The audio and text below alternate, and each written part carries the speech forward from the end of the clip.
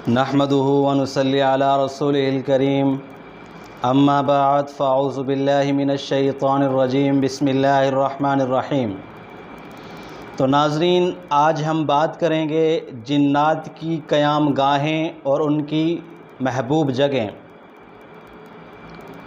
یعنی جنات کہاں کہاں رہتے ہیں اور ان کی جو خاص جگہ ہوتی ہیں وہ کون کون سی ہیں۔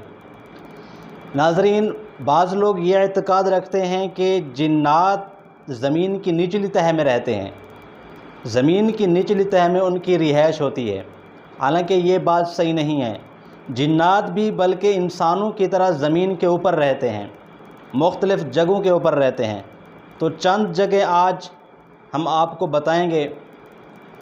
سب سے پہلی جو ان کی محبوب اور ان کی رہائش گاہ ہے وہ بیابان، صحرا، جنگل کے اندر پائے جاتے ہیں۔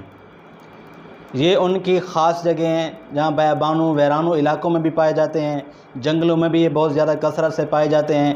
اگر ایک عام انسان بھی اگر وہاں سے گزرے تو اس کو ایک آواز سی محسوس ہوتی ہے، گھبراہٹ ہوتی ہے، پتہ چلتا ہے کہ یہاں کچھ ہے۔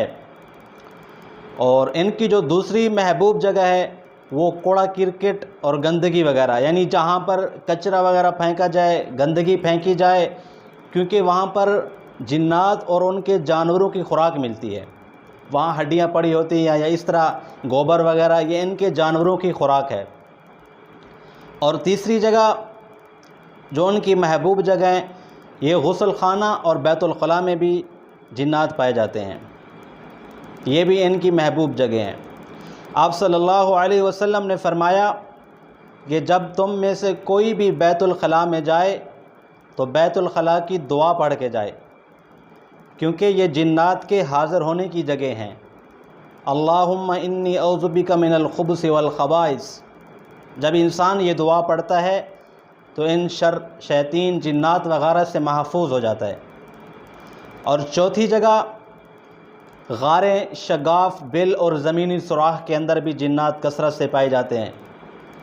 عام طور پر دیکھا جاتا ہے کہ اگر زمین کے اندر کوئی سوراخ ہو، وہاں پر پانی بھی ڈالا جائے تو کوئی نہ کوئی درندہ، کوئی نہ کوئی ایسی خطرناک چیز لازمی نکلتی ہے زمین سے۔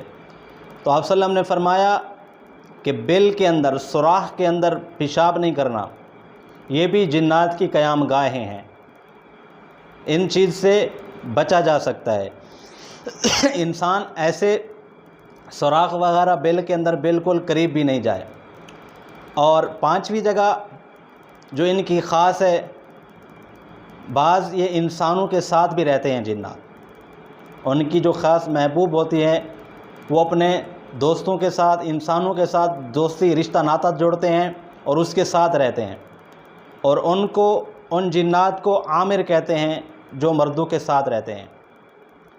صحیح روایت مسلم کی ہے کہ ایک انصاری کا واقعہ ہے کہ اس نے اپنے گھر کے اندر سانپ کی شکل میں ایک جن کو پایا اور اس کو قتل کر دیا۔ آپ صلی اللہ علیہ وسلم نے فرمایا کہ مدینہ منورہ کے اندر جنات کا ایک گروہ مسلمان ہو چکا ہے، اگر تمہارے ہاں گھروں کے اندر کوئی ایسی صورتحال پیدا ہو تو 3 بار اس کو مہلت دیا کرو آواز لگا کے، اگر پھر بھی وہ نہیں جائے تو اس کو قتل کر دیا کرو، کیونکہ یہ شیطان ہے۔ اور چھٹی، یہ اونٹنوں کے باڑے کے اندر جنات، یہ بھی قیام گاہیں ہیں اس کی۔ جو اونٹوں کے باڑے ہوتے ہیں ان کے اندر بھی جنات کثرت سے پائے جاتے ہیں۔ اور نمبر 7 جو غیر آباد جگہ ہوں، کھنڈرات ہو، ان کے اندر بھی جنات کثرت سے پائے جاتے ہیں، ان جگہوں سے بھی بچنا چاہیے۔ اور نمبر 8 قبرستان میں بھی، قبرستان کے اندر بھی جنات کثرت سے پائے جاتے ہیں، شیطانی شر۔ عام طور پر دیکھا جاتا ہے کہ جو انسان جادو سیکھتا ہے یا عامل بنتا ہے تو اکثر وہ اسی جگہ کا انتخاب کرتا ہے جہاں پر یہ چیزیں کثرت سے پائی جاتی ہوں، شیاطین، جنات، کیونکہ جادو کے اندر جنات سے، خبیث شر ارواح سے، اس سے تعلق جوڑا جاتا ہے، ان سے مدد لی جاتی ہے، تو یہ انہی جگہوں پر پائے جاتے ہیں۔ اور نمبر 9 بازار کے اندر بھی آپ صلی اللہ علیہ وسلم نے فرمایا، صحابی کو نصیحت کی کہ سب سے پہلے بازار میں نہیں جاؤ اور سب سے پہلے بھی بازار سے باہر نہیں آؤ، کیونکہ بازار کے اندر دین اسلام کی خلاف ورزی، عورتوں کا آنا جانا، زیب و زینت کرنا اختیار کرنا اور دکانداروں کا جھوٹ بولنا، ان جگہوں کے اندر بھی شیاطین جنات کثرت سے پائے جاتے ہیں۔